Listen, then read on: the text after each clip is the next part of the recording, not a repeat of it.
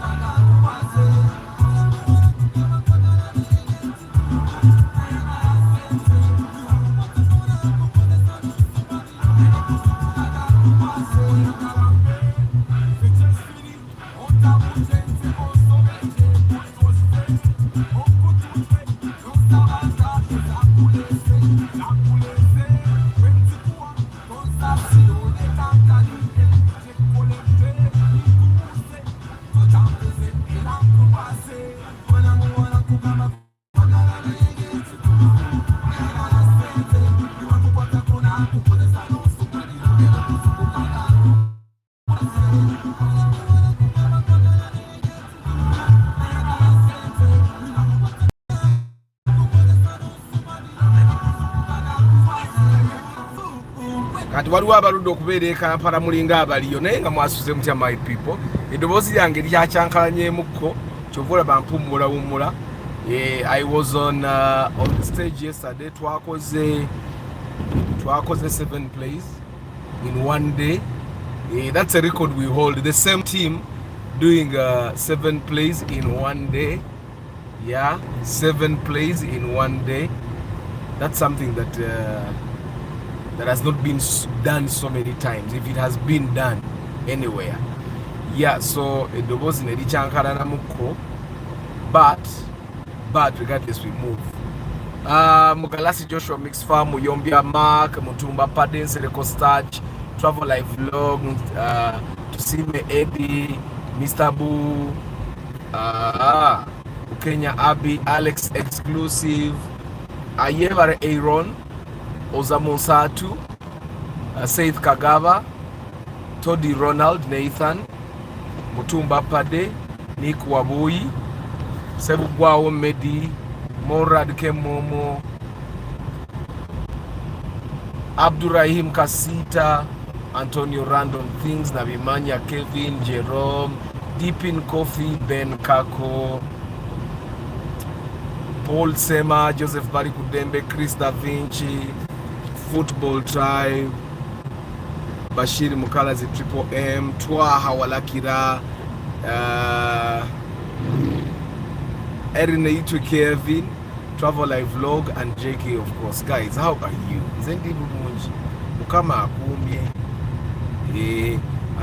Sometimes when I'm talking to students before they watch our shows, I'll ask them, are you fine?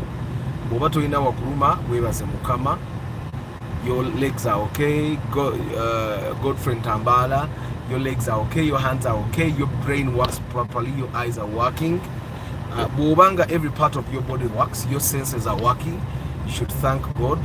I was watching a video clip where someone was was doing very well. On the day he even ran a marathon, and then his legs started getting stuck.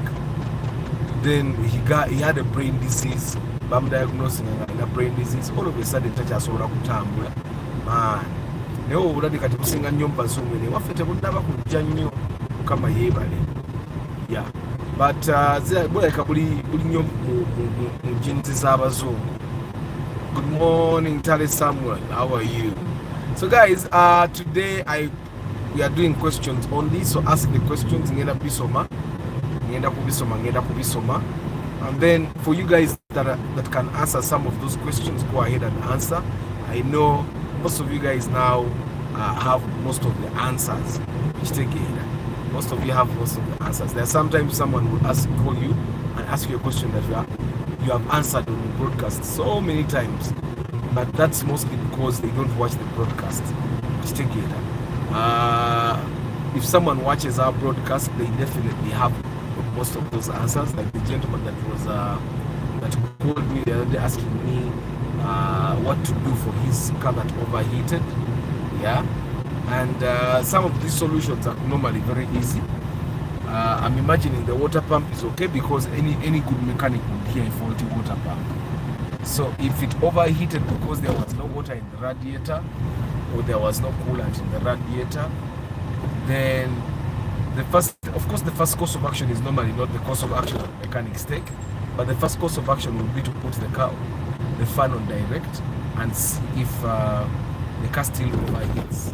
So then if the car still overheats even with the fan on direct, then that's when the mechanic will think of opening the engine, taking off the cylinder head, and then redoing the gaskets and all that. Yeah.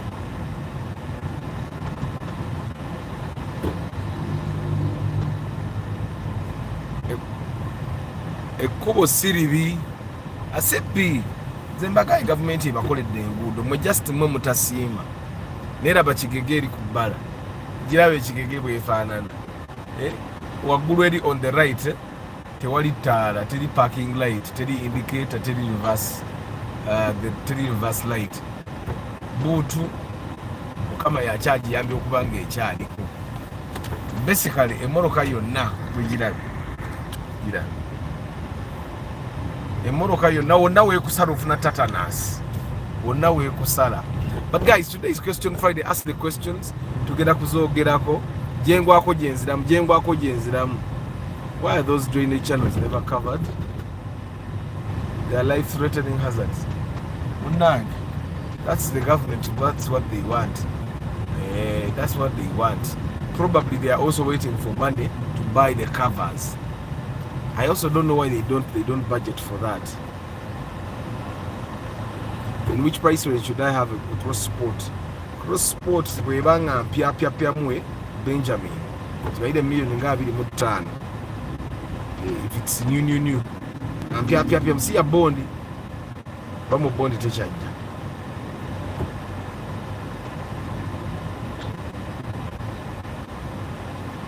Wano tewali bakungu ba government bakyali waka.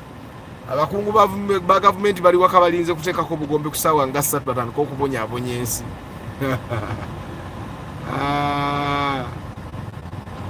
Wa cross sporting kuzembera ne million nga 25 to get a fairly good, a kind of good one. It won't be fair, it will be good.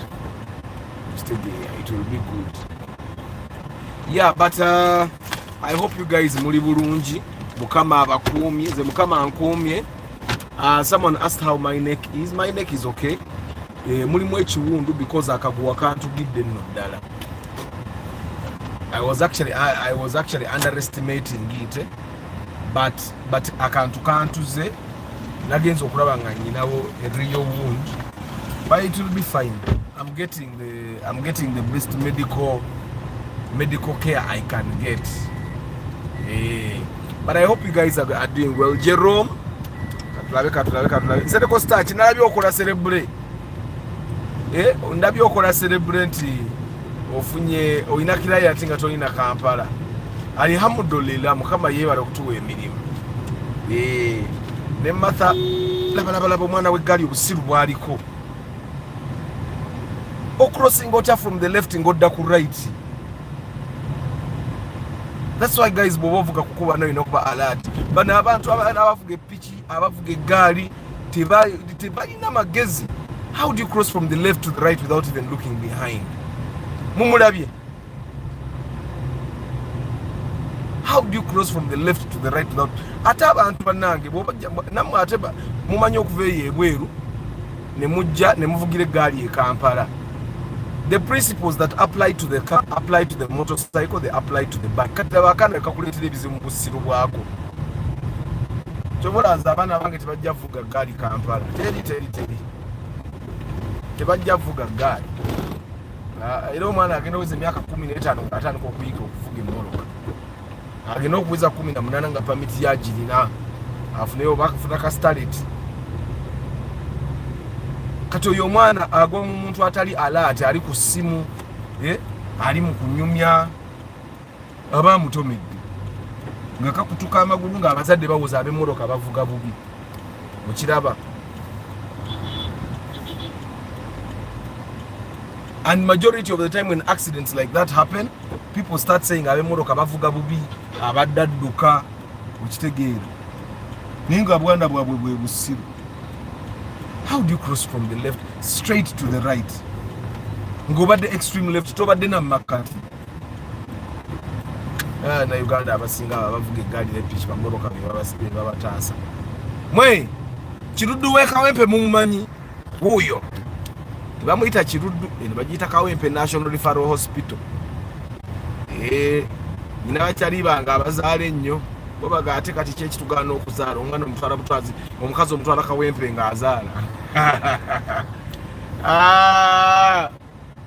Olwananga nnyo musajja munnange olwananga nnyo mukazi wona atazaalira malwaliro ga gavumenti nze mbabuya kati waliwo abagenda okujja bagenda si kibi abo ng'omanya bazaazi zazi olwananganya ate eyo gye bakyusiza abaana wazadde muwala ne bakuwa mulenzi wazadde mu ne bakuwa muddugavu wazadde mulamu ne bakuwa omulema olumu n'abulira ddala ne bakuwa mufu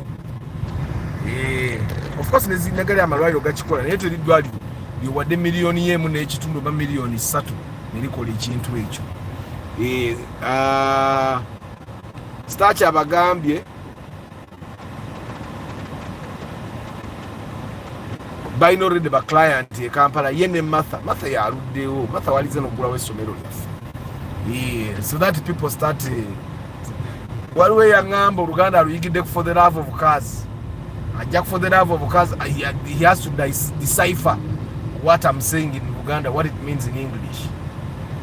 He has to decipher. It's Question Friday, guys. Ask the questions because my voice is not okay. Just some 1 hour. Wait to kill away to but by the end of today, I'm going to drink a lot of water. Mr. Bua Gambie, I would like you to talk about Super Custom before questions become many. Mr. Boo, Super Custom wobosobola jireke. If you can leave the Super Custom alone, leave it. First of all, the Super Custom is not really a workhorse. And majority of the time when people buy Super Customs, they're expecting it to be a workhorse. But it's not a workhorse. Tekola Super Custom tekola mirimu gy'amaanyi. Super Custom is a luxury car. Then the Super Custom fuel system direct injection eyiwayo buyi mafuta notandika ebigambo ebyo bafune wano ekitabo mpandiike nga mutamuzi ezo. So but the Super Custom fuel system amafuta enywa manywe emmotoka amafuta enywa manywe teina control. So Super Custom enywamuko ku mafuta engine yonga yeina amaanyi but yonga sinkakalukanyi KZ engine za KZ sinkakalukanyi chobola but the people that have those Super Custom cars and they have maintained them on the road for a very long time, they have 3L engines, either atekamu 3L or 5L because ezo engine zesobola embeera y'okkakalukana.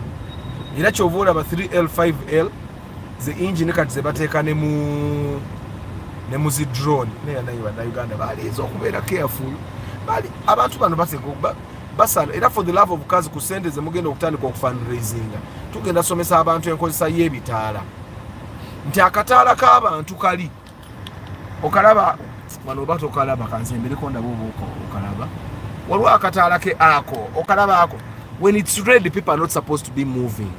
Naye munange bannayuganda I think abantu abamu oba n'abayita ku bitaate bannayiga okitegeera n'abavuga emmotoka abamu baleka tebategeera mutegeezi because ideally people should know that akataala k'abatambuza ebigere bwe kaba kali red abatambuza ebigere bayimirire naye ate bo we batambula kaba green nga tebatambula okitegeera. So Mr. Boo, if you can avoid buying a Super Custom, avoid it. You go and find a Chigege. I don't know why you're buying. If you're buying for luxury, for home, to drive your family and all, I find that the Alphard is a better alternative. But guys, I've had people say diesel tenyo mafuta bichi, but the amount of money you save in fuel, send those saving on mafuta or take more maintenance. Diesel cars are expensive to keep on the road. So me, I find that anybody that wants to buy a Super Custom, you should buy an Alphard. If the Alphard is expensive in terms of fuel, buy the newer. Those new cars are very comfortable. I tell the newer there's a friend of mine that has a newer. Kilometer musanvu. I find that to be very inefficient.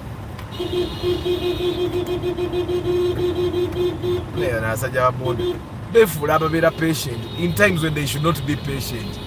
Ebitala bibakwata ne bafuga ebyekigwagwa kati ebitala bitutadde yefudda ayimiridde alinda ki wano ne waleka wabaddewo akabenje bakwata baboda ama baboda kwe kuyimirira bakwata baboda mubalaba bw'oba otisse bubi ng'eyo boda bagitwala, bw'otikka abantu bangi ng'eyo boda bagitwala, tolina pamiti ng'eyo boda bagitwala. Obalaba kyobola abavuga wanuwe wali. It's question Friday guys, ask your questions. Bigenda kuddibwa mbuli eddoboozi lyafudde edda bwe ndyongera. Nenga muli mutya muli bulumye awanuma wali wamu eddoboozi lyange lyakyankalanyemu mpozi ne wali akagwa bwe kantuze mbulago naye nga ndistedde. For the people that don't know, For the Love of Cars is starting an initiative to assist people that are affected by the road, are affected by the cars, to have those educative initiatives for the general public. Katinga abantu abatamanyi kozesa bitaala, abantu abatamanyi kusala, waliwo abantu abatasoma. By the way guys, waliwo abantu abatasoma. Question Friday lwakuba omukazi is harsh every time, no love. Ate mukazi kipade bannange, mukazi ki naye nga mwasuze mutya? Mumpe ebibuuzo mbi, kubanga leero awa yange weewulira wembasiibulira.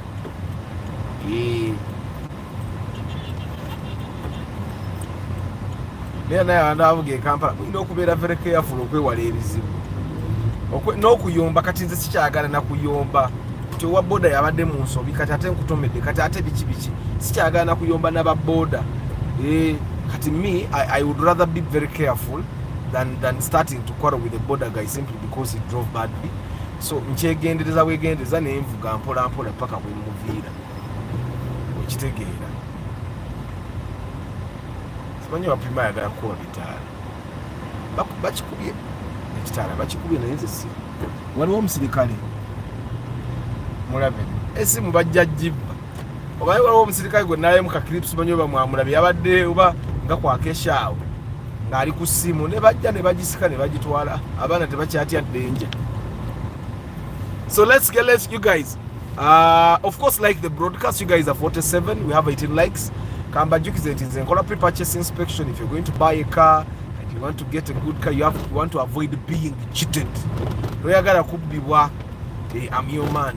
My goal is to make sure that you save money, it's to make sure you get a good car, and I come with a mechanic. Otwaya kasente katono mitwala na mwetano joka. The moment of reckoning is coming. I have to give you some company from the money you have been giving me, anti-income tax, ajja. So anyway, mulete emirimu gya pre-purchase inspection mitwala na mwetano, then trackers, emmotoka yo asset yo giteekemu tracker ogiprotecting so that ababbi tebasobola kumala gagitwala.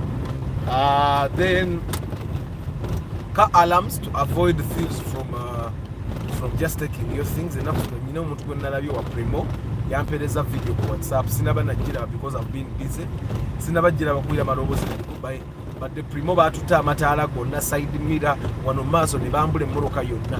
And now the tracker might not help you with that, but the alarm will definitely help you. The alarm egoba ababbi eyongitunda sigazaawo radio nga 3 eza Android. Buli radio ejirako reverse camera, buli radio ejirako reverse camera, buli radio ejirako reverse camera, and the money you pay includes installation. So osasula emitwalo 5 radio negendamu, trackers emitwalo 4 na 3 alarm ya 2 fate installation yaffe ya alarm si ya bulijjo. There are people abatekamu alarm nganda bidaddala amaze budde nga alarm terina gwekanga. So it's question Friday guys. Super Custom njogedeko Mr. Boo bobo ina follow up question.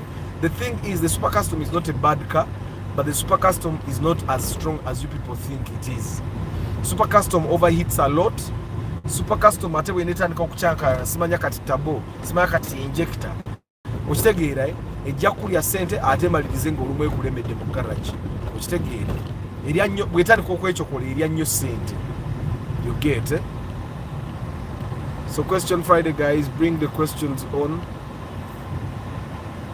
Richard the third yabadde afiiridde mu faamu kulika. Yeah, Richard the third yabadde atabuse. Yeah. kakilipu ngenda kabatira ya ka Richard mujja na kutya you people simanyi waka klipa ne bwana ate bakakutenja bawako yabawa yechifananyi so that you guys start gearing up to see me live on stage. After if I have a car hire business, would you consider the date of issue of permit of a customer, like new permit owners? I think you should. I think you should travel live vlog. It's people that have fresh driving permits. Baba bakayige motoka ebisere ebimu ebisere mbaba tebamanyi na motoka nze nkubulira abantu abakafuna permit. You guys, if you didn't know, there are people that get driving permits in Uganda. In Uganda, the person that has money gets what they want. When you have passport, you have interview. But you have a passport, you have interview. Which take it. You jag in again, you have fingerprints, you have so in Uganda, the people that have money. So if you have a car hire business, you should also consider I'm after government bagalinga agara istema kubanja nguru gasala ko nusu asatu yokusingo imira mu jam ajuza utasinga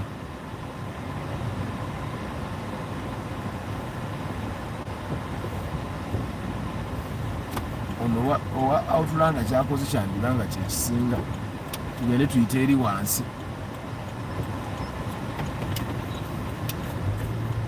okola amafuta ne gabanga bakyukira mu makyukire bati mukama akuwanga omukisa nobanga agagote baga you know what guys sometimes you might want to eat all the profits and you end up not eating profits. I find that it's better nofuna franchise bulyako amagoba matono okusinga okwagala okubeera nga konnakako naye nga ate konfuna ate katono nnyo okusinga n'olyowa franchise. So everyone is going this way. Ate jabu tatu kwati yonga muli atokusinga main road. Anyway, customer mba mulambula ekibuga. Bamanya kye muli mpa.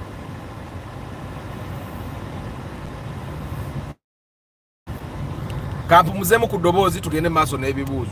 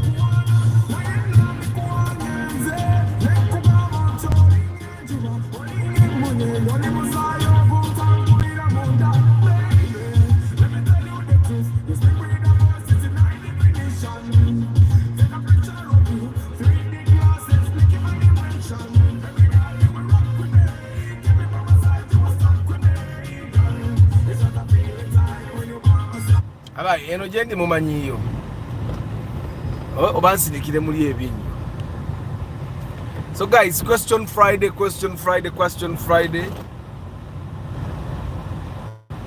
Thank you Joshua for answering some of these questions. Yes. I saw a TikTok video nga Subaru bazifudde za bigere namma. Subaru tezina wakanze nabagamba. Subaru just ina kiri ki sound kyeberanga empologoma ekyo kyekirowozesa abantu teina waka naye teinaawo teina Vianney ye mwagazi wa Subaru wano oba aliwo akati wa primo number bagitutte. Which SUV do you recommend someone with a budget of 15 for old model?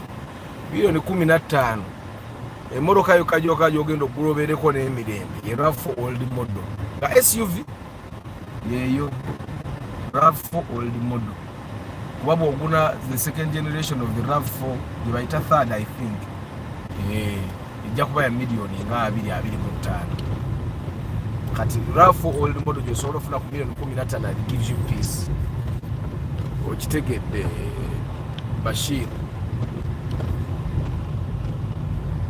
Good morning Nikose Bulime. Aliku Samuel, good morning. Mwe neno nayo wakutte katude no wanse wa Antonio awali wa Antonio eno. Arthur, may you use English? Yes Samuel, I'm using a lot of English my brother.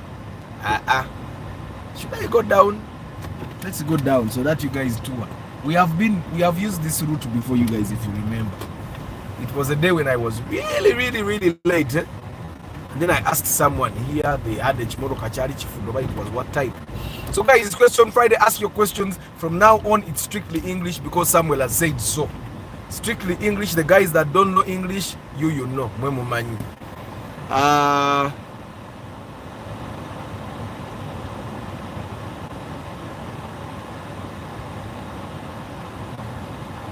Bashir, the JK has told you if you have 15 million, start with a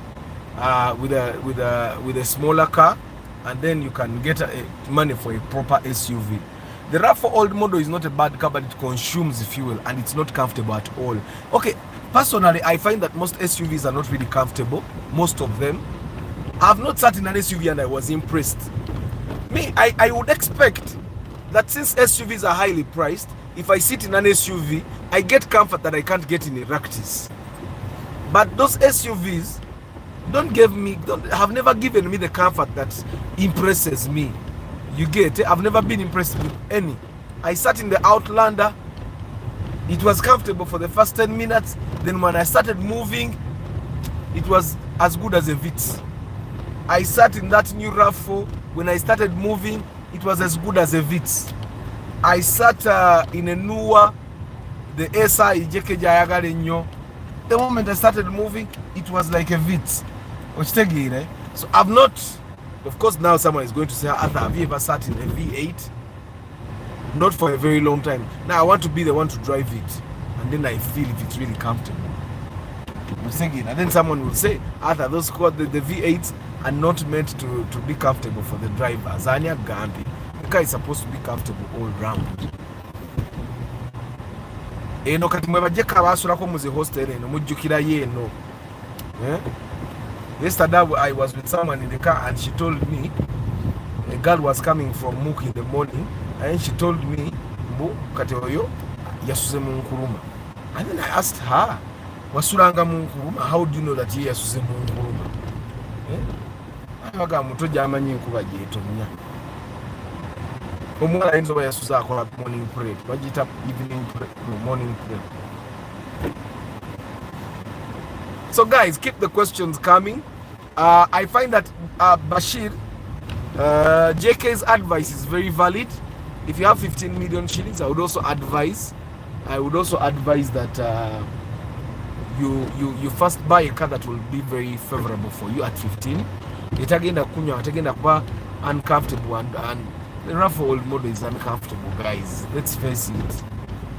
But of course, there are times when the RAV4 old model, all SUVs are not comfortable, but the RAV4 old model is more uncomfortable. You see the Capajero, the GDI, it's much more comfortable than the RAV4. But I tell the GDI, I take okaine bizibu bingi. Ochitegera, so don't buy it.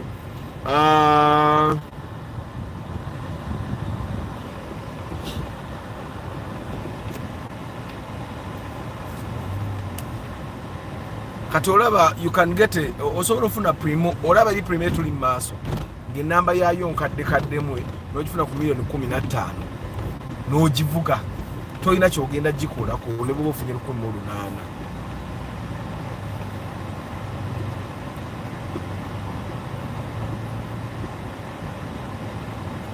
Small cars, Dinako, Nico, do you still have your car Vitz? You're still driving your car Vitz? But you work on your suspension. Maybe it's your suspension that has a problem. Me, I've driven small cars on long stretches that with bad roads. Of course, now the that road you saw, Luwero Nkoma, I've never driven it. Ngoma. I've never driven that stretch, so I don't know how bad the road is. But I've driven, like the other time when I went for burial, it was a Sunday, right? I told you. I drove for like 1 hour and a half to the burial site, and never once did I even feel like, okay, I knew I was on the Maram Road, but I did not feel suspension. You call it over Nicholas. What will shock and no, you guys, Nico, you inbox me with a number you said to the shock. You inbox me. Molekada will shock as a static car. Ateba na abasajja shoko zaabwe nnungi ate ziwangaala nno ddala.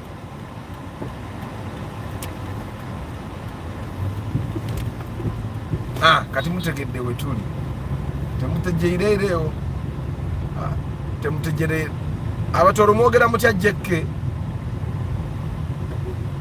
Jekke oli musoga, toli mutuulo. Abayi tebatutadde. Been watching your vids from the diaspora, but today I catch you live. Thank you, Leonard, for catching me live. Thank you for being here.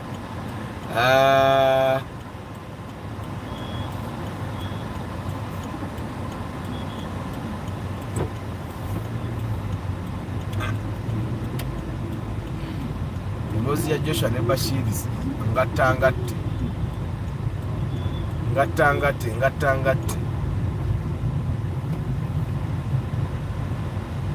Hey, Mr. Boo, I've talked about the super custom already. I still remember all the roads and the shortcuts.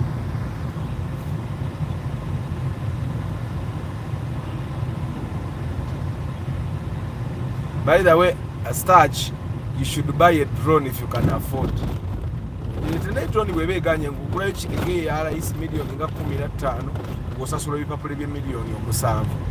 Because if you find a chigege that is good at like 15, manya kuliko ebipapula ya million 7 oba 10. Ngosasula ebipapula mu mpola nga bw'obimalayo. Nga bw'ovuganira bonna avuga emmotoka empya agisize endabirwamu. People, when you get a new car, endabirwamu zibeerenga waggulu, so that you keep the interior of the car scrumptious. Yeah? Scrumptious. Yeah, keep it nice.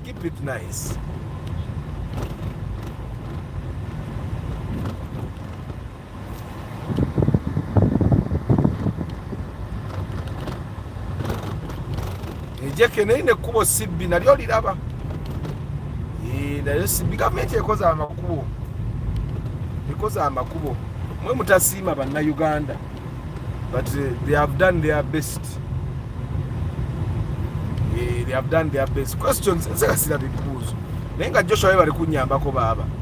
I don't think people follow the rules and laws voluntarily. Wano mu Europe fines ezikozesa ebintu. Exactly. Nze ndaba twetaaga fine ezo omusajja okuyita mu bitaala nga bamukuba fine ya miliyoni ng'emu n'ekitundu ku 3. Tasobola kuddamu kuyita mu kitaala. Eno saidi zeno amafuta ndaba ga layisi. Jagganywa nga nyinyuka. Durability of the super custom rated with the Alphard. Mr. Boo, I think that would be an unfair comparison because the Alphard has only recently come to Uganda, and yet the super custom has been there for a very long time. I would like to probably say that well maintained every car can live long. Nabagamba engines are made to last about 200,000 kilometers. Majority of the cars that we get in Uganda, we get them when they are at about 150 kilometers, 150,000 kilometers. Chitegeza, all our cars outlive, yeah, they outlive their usefulness. Which they outlive their lifespan. Just keep it maintained. You service or mulungi, give it the right oil, because for example, if you're driving a high mileage car, then you're supposed to give it high mileage oil. Which take I told you what oil was more ampere. Which take it. Hey, Jekke, I've had a driver's license. Mama bani bwe yali alongoosa wano munda mu mmoloka yagijja weegiteeka bulijjo n'abaako gyagiteeka. So eventually nagifuna nti afande yamala n'ambuza kati tukoza totya. Mugamba afande sina byenkola kanonye permit njikuwe ne mubuuza kati bwebe embuze ompaamu obudde njikuleetere you have to park the car neŋŋamba no anoonya wandyamu naye nze nkyazigaba ezo zatisiti ompa ekipapula nze kati nze revolution eyange gyendiko nga Arthur sigaba nguzi no matter what sigaba nguzi no matter what okitegeera sigenda gaba nguzi bwonkwata emmotoka yange DMC mpa ekipapula bwe naamala okusasula ekipapula kya DMC emmotoka nja gikola okitegeera bwonsanga nfuze bubi mpa ekipapula sigenda gaba nguzi. I realize ezo fines ezo zituyambako okukola ekituufu sigaba nguzi yali tannayiga linnya lyange naawe nkuwe tukoze tutya kati nemugamba afande ate tukola eki kanoonye permit nanvaako nadde eri bwe nagifuna nenjimu agenda olaba nga erina credentials nyingi nanziriza permit yange.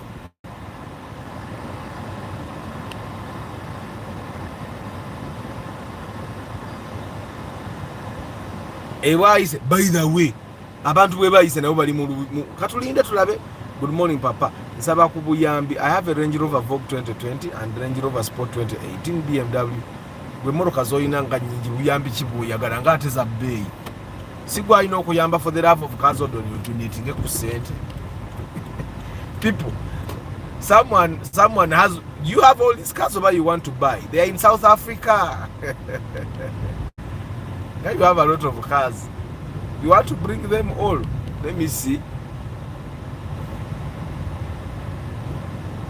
you want to bring them to Uganda. I mean, have you been paying taxes to URA? Because that's another thing.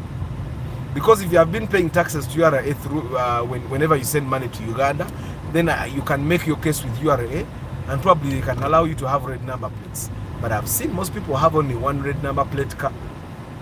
Yeah, but you can, and then you don't pay tax for those cars. But then you cannot sell those cars because the people you sell them to will have to pay taxes. Which you can bring, hey, you guy, Nicholas. We have seen people that will donate. Kati you, JK, Chris Fitness, muli babede. You are the babede. JK, Chris Fitness, kati tulabe one Nicholas, you are the babede. But if you're going to be bringing those cars, you can try to first of all go to URA and say and tell them you would want to bring them as a returning citizen, because normally they only give you red number plates if you're returning for forever and you're not going back. You're telling them I'm coming back with my car. But I've seen people normally get only one car. Afuna moro came at a Fielder 1.5cc.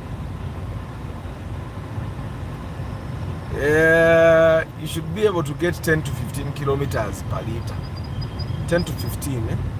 That's if you're getting the other old Fielder.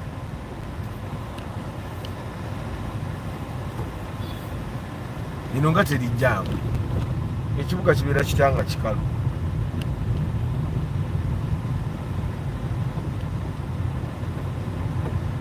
Yani omubedo omulala wano gwentera okulaba.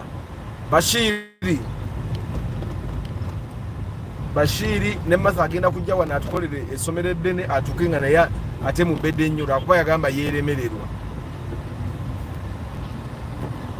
Dudu ogirabye naye yo Dudu nkadde nnyo sije navuga. Lucky Mose, me I drove the newer Dudu.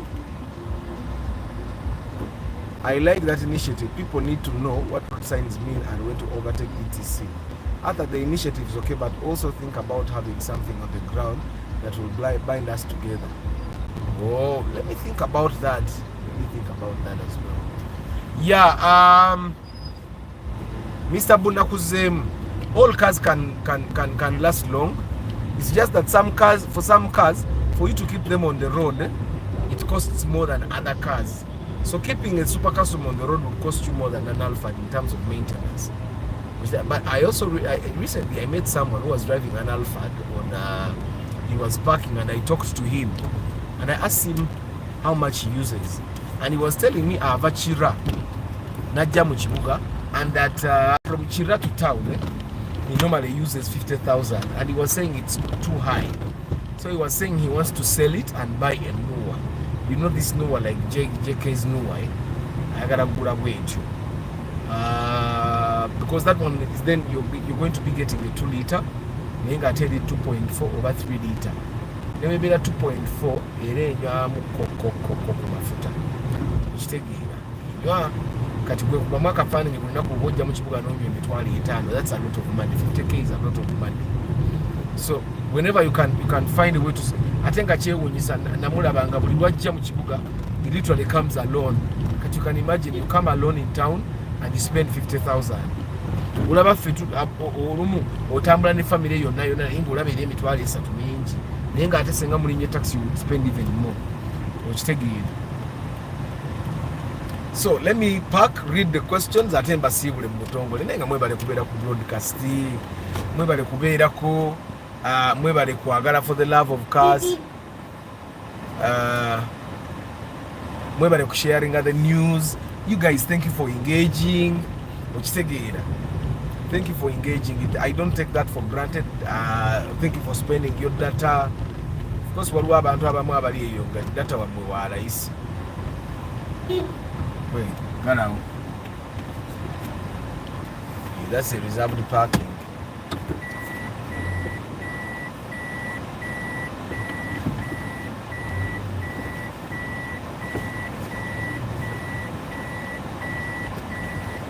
Kali guys, kati kansome question ezisembayo wano comment ezisembayo atemba sibuli. Nze bujo nsokera mu kulikinga video. Thank you first born. Guys, ani atanga likinga video? To liking ekyo nakyo tukijje mu deal. You like the broadcast, budget and fuel consumption of a Toyota Rush. Toyota Rush has the same engine that is in the Passo Sete, the 3SZ. It's 1.5 liters. It should be able to give you about 15 kilometers. We are in good condition. However, 15 kilometers if batters are constant ngovugira ko kubo dungi. If you're not bobo vuga makubo gafega na gebinyo jafuna nga 13 bobo vuga SC zengereze esale boba naye bovuge bale bogule moroka empya muzivuge SC musobolo ku maintaininga the value of those cars. The good super custom is 3 liter intercooler. Naye people don't like it because it's a fuel guzzler. Amafuta ago. After someone recommended ceramic tint for me, I have no tint in my car. Teka mu ceramic tint kubanga ne JK yateka mu ceramic tint, but it's a little expensive. Oyo wa ceramic wa beyimu. Good morning, I'm a new driver on Kampala Road. Any tips? Be careful. 360 videos. Be careful, especially with the cyclists. Kasimula we gali omuntu ali eno wano waliwo moroka ne waliwo moroka naye nayagala asala omulundi gumwagende eri. So be careful. Ate ebiseera ebimu you guys need to understand that ebiseera ebimu ojja genda okwesanga ng'oba oli ali mu nsobi oba si ali mu nsobi, ne bw'aba ali mu nsobi gwe moroka ate gwasasula. Okitegeera. Arthur, nkusaba kunnyonnyola ku team kubanga ebyokusasuza omusolo gwe sibitegeera nadde. Okay guys, when you get a tin gye bayita tax identification number, kitegeeza ogambe URA, you know what guys, I can start giving you some income tax. Omuntu yenna alina tin alina okufilinga returns. You have to file returns every year. Like now omwaka gwa Uganda gugwako mu June. So after June you file the final returns and then pay the tax that is due to URA. And the way income tax works is that you tell URA, you know what guys, I made 10 million this year and I used 8 million. So the 2 million that remained, URA wants 30%. Kitegeeza obogenda bawaka emitwalo jibankaga. Jibankaga. So teba taxing your entire income. They tax the money that remains after you have spent whatever you have to spend in rent, food and all that. 30%. The same applies to companies. Every company is supposed to have a TIN number and then file for returns. Kati fabambe bakaka VAT, we are supposed to also file VAT returns every month. Okitegeera. Kati era guno mwezi guli mu kuggwako ne tickets natunze eggulo nazo nyinote okusasula okugira VAT. Okitegeera. So tini wetu wekola. After I inspected Passo Sete, is it having temperature gauge? No. Is emmotoka zonna za butaala tezirina temperature gauge.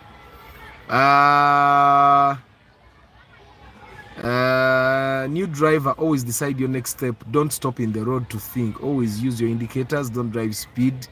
You can't control. Always be alert. Arthur, can I get a space new shape for Uber for 14? Naite jakuba nungi nyo nayenga 14 is good. Ojagifuna. Ijaba tekola AC, so you have to repair AC. Majority of the time igenda tekola AC. So take away mitwalo nga 5. Oyinza obutagamala o gayinza n'okusukamu to work on AC. Make sure you don't buy an accident space. At 20 million, can we get IST new model? No, you can't. 20, no. No, okay, so what you say? 20 oyinza okufuna. Oyinza. I don't want to put your hopes up, but I sagara kumara mumanyi. Nenga Krista 20 wali badde ofuna. That car is 30 something in the bond. 33, 34, 35. So it's, you should get. Now oyinza obagenda funa ka 2009 model. Hi Arthur, between Volkswagen Tiguan and X-Trail, which one would you prefer in terms of cost durability, assuming both driven and should be the roads are okay? Orach, that's a tough one. Tiguan and X-Trail, that's a tough one. That's a tough one. Oba buy a Tiguan. Oba buy a Tiguan. Do you know why I would say buy a Tiguan? It's because at least there are people that are passionate about Volkswagens, so they will buy it. But no one is passionate about X-Trail. Both those cars will give you trouble when the time comes. But then there are people that want to buy the Tiguans. You get, so buy a Tiguan. No, see, I see njagale nnyo sente zange wezali zikomasa. Are you sure, JK? Guy has to speak and just now. This is why we buy cars.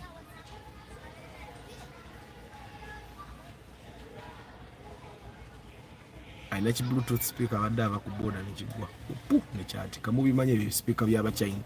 Viola Namiro, how are you?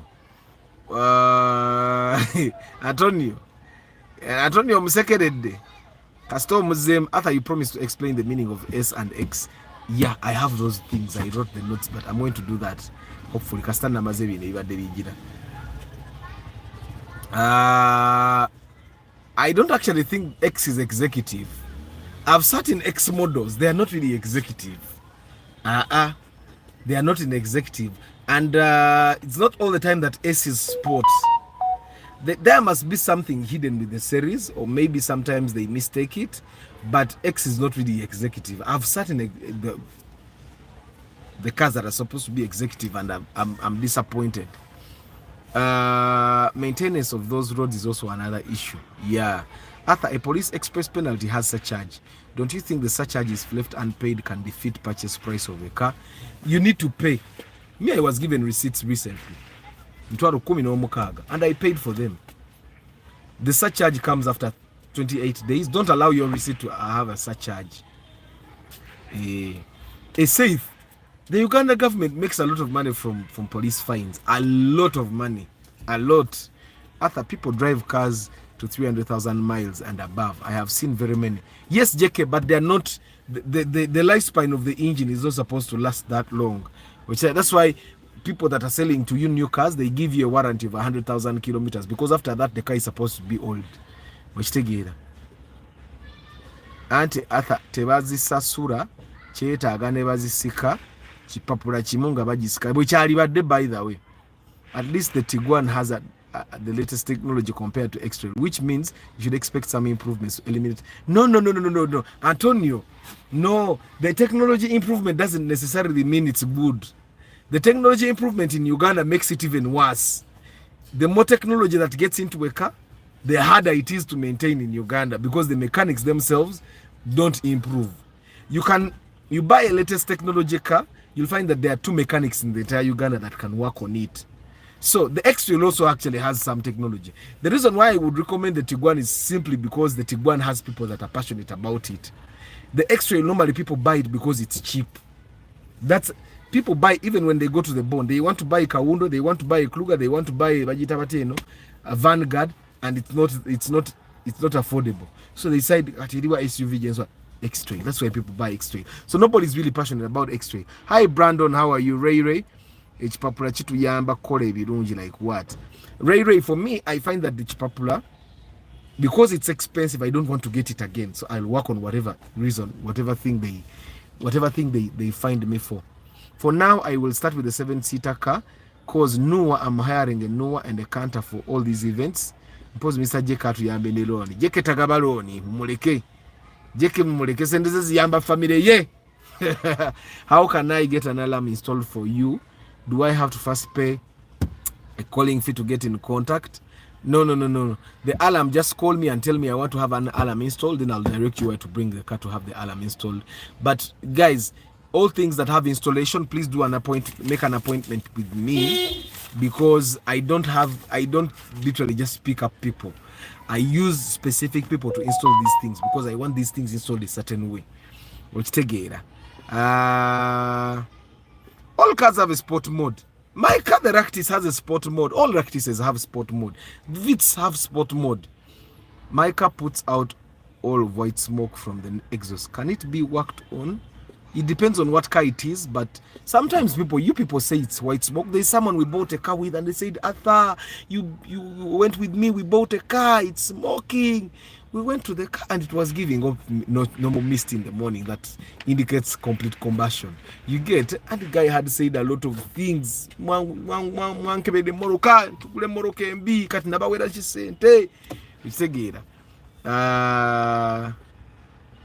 Arthur, did you know that buying little fuel is also a security measure? A thief can't drive it for long distance. And Rahim, me, the reason why I buy a lot of fuel is to save time. When I had just moved to Matuga, I would go to the petrol station and buy fuel of 20,000 every day. But every day I would go to the petrol station. There were people that were also going to the petrol station. I realized that every day I was spending about 5 minutes at the petrol station. So I decided to save the 5 minutes. So now I will take fuel only when I'm going home, sometimes when I'm coming to work, but I take it at least once a week. That saves a lot of time. 5 minutes is a lot of time. Okumalira ku petrol station. Sometimes you're in a hurry, so me, I decided that, and guys, there are other security measures. Someone will steal your car, and these days thieves come with fuel in the jerrycan if you didn't know. But guys, there is a reason why people are not buying a lot of fuel. It's not really, the security thing came later on in life. Good morning, Francis. There are silent money bags here that only watch and don't. By the way, JK, abantu bali wano bayina set naye tekikujjako ubedde. Abantu bali wano bayina set. Guys, I've gone to inspect cars with the people. And then it was me who was asking them, why are you buying this car? And they were saying, Arthur, you told us. You guys, I've gone with people to buy cars. And it's me who was pushing them. No, let us not buy this one. It's very cheap for you. No, your class should buy the other one. It's me who is starting now to push them. People have money here. And there are people that never interact at all. Nenga innocent. Siko Patrick, such charge applies if you don't pay within a month. And I don't think it's cumulative. No, it's not cumulative. It applies once. And it doesn't have any legal implications. Which together, Mr. JK, I agree with you, and even some do interact like that guy with a farm. Ogamba Mugarashi Joshua mixed farm. I did to gula data. Francis, Arthur, nze ndi munaku mponga byoya. Ate n'abasajja tebana tuwa sente bagenda bawa sente. And guys, stop calling yourselves poor. Stop calling yourself broke. You can say I'm broke because broke is temporary. Everyone goes through that phase. Never call yourself poor. And sibanga ko mwavo mutima gwangi mugaga chovola nataka kuvuga moroka ngasimanya na oba najivuganga anti aba mafuta gavanga nini najivuga. But the Rubiji thing, why can't the parliament each member post 2 million? Which parliament? If you had people like Arthur in parliament, maybe, but these people that are in parliament, they can't. Triple M, G stands for basic ground, speed up, slow down, and more. Nange omulimi nina okusasula VAT. VAT is paid by businesses that can make 100 million and above. Katnafa abali entertainment industry. The moment if you can make 15 million annually from events, then obosasula VAT. Kachitegeza nawe starch. If you make 15 million from events, you can No. A church chidi on income 100 million, 150 million and above. You start paying VAT, and VAT is filed monthly. Which take Mr. Arthur, advertise your shows for members of the community. Yes, I've not done general public shows in a very long time, but when I do, I'll definitely tell you. Wasuzotia webale kubuusa kubikwata ku motoka. Amina Francis, Elijah Brandon on Benz, VW, Subaru XT and Audi. Which one more expensive to maintain? Now, I would say VW and Audi are in the same category because they share spares. VW and Audi, then Benz will come next, and then Subaru will be last. So of all those cars you've mentioned, Brandon, the XT is the cheapest to maintain. So if you're looking for the cheapest, buy the XT. Brian Akampurira, good morning. Then David Tennessee, good morning. It's a Primo new model that brings out a lot of white smoke whenever I'm driving. Buy a new engine. Hey, Fambo, buy a new engine. That one, buy a new. It will cost you like 2.5 or 3 million. Buy a new engine. It's the reason with my 17 million budget. It's what I'm starting with. Then see where it goes. But a 7-seater cab, but it's worth getting a drone. Cause transport atwala sente nyingi Arthur na ye bukunja. No, starch. Why are you buying a thing? Buy a chigege. You get a chigege that is really because people are buying chigeges for business at 26, 28, 30 million. If you could go nya chigege ngebadde tekola tax. Like chigege ngobe badde ekola bintu bya supermarket, oba chigege ngebadde ekola tours and travel. Neya taxi ye nyini kati gwe ngali mu events you can, if you get a chigege nga everything else checks out, no jigule millions zonga 15 ngerike ipapula ebyo biraba. The magic with police receipts you can pay one by one. Ngo aba police bakuyimizo ine ipapula bingi buli bakuyimizo sasuza ko chimpaka bo bimalayo. Gula chigege instead of starch, and then you partition it ewagende ebintu abantu je bagenda. I find that chigege would definitely be better. Ochitegera the chigege would be better. That's what I would do, by the way, knowing what I know. Arthur, do you have Android radio for Rumion? For Rumion, Android radios are Android radios. We put. There is no Android radio that is made for the Rumion, which take it. But I have Android radios. You can come and we put. Juko Nicholas, hi. Starch is saying we are a community where quality matters. We ain't into quantity. We are quality and qualified community for the love of cars. Sebo abantu bayina sente era mukama mulungi kati let's support each other. People have money, guys. Me have seen. I'm humble. You people, me I'm humble. I'm humble. You guys have humbled me. So what favorable time do we call for alarm installation appointments? No, you call me and we create an appointment.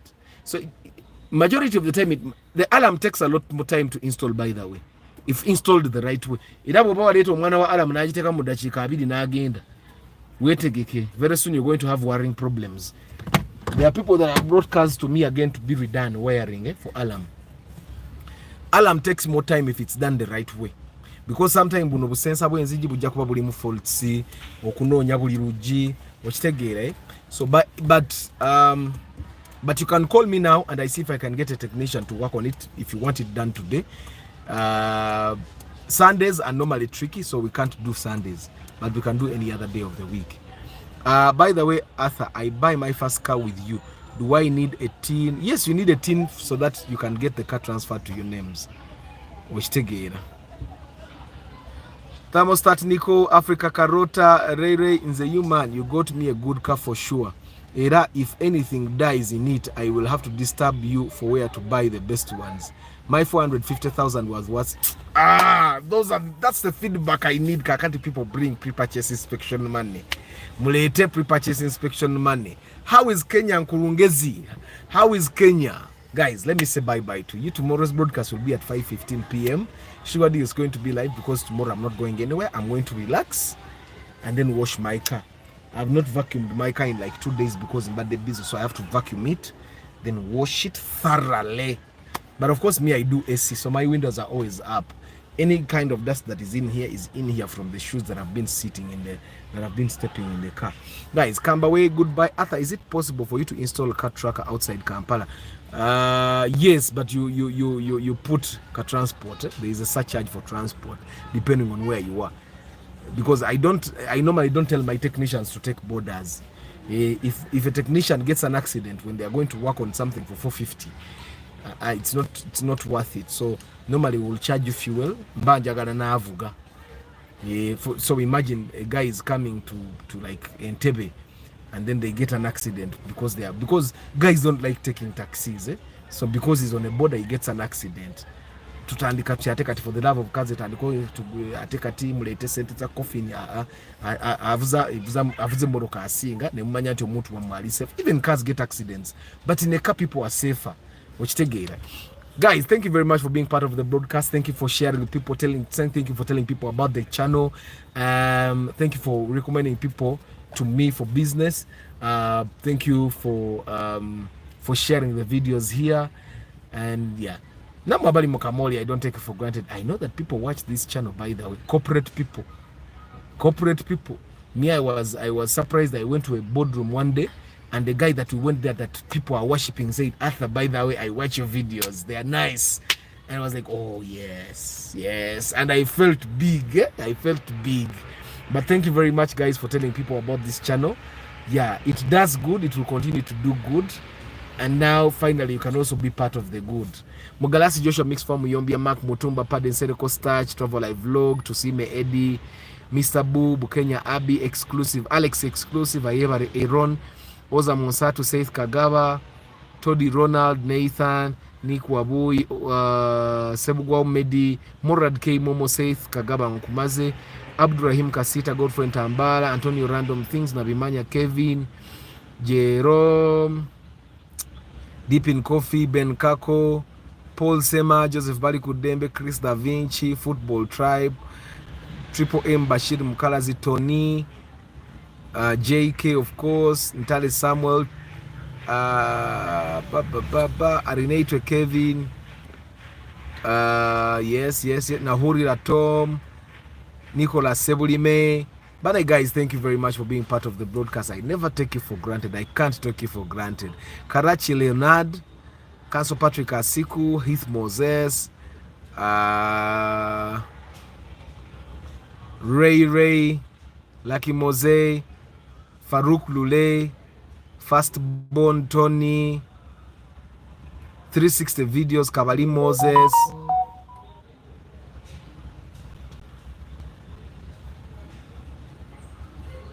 Orach Godwin, Kagwa Dennis, Joseph Bali Kudembe, Elijah Brandon, yes. Opa Fambo Music, Rahim Chimuli Chigozi, Lubega Francis, Brian Akampurra, Lubega Francis Nkumaze Ndowooza, Katamba Isaac Katende, David Tennessee, namwe abali mu Kamoli, guys, thank you very much. Nabalikinze Gerald Jero, Thermostat Nicholas, Africa Karota, Nkurungezi, Toddy Ronald Nakumaze, Komunjara James. Atono James mumuleke, oyo heavyweight, oyo James nze namugamba nga bannange tutwale ne yala isina. Are you sure that cheap one will work? James, let's take this one, it will work. Arthur, money is not the problem. Guys, I'll see you tomorrow evening. And you know, going back this is me. Okot SP. Guys, I'll see you tomorrow evening, 5:15 p.m. Ciao.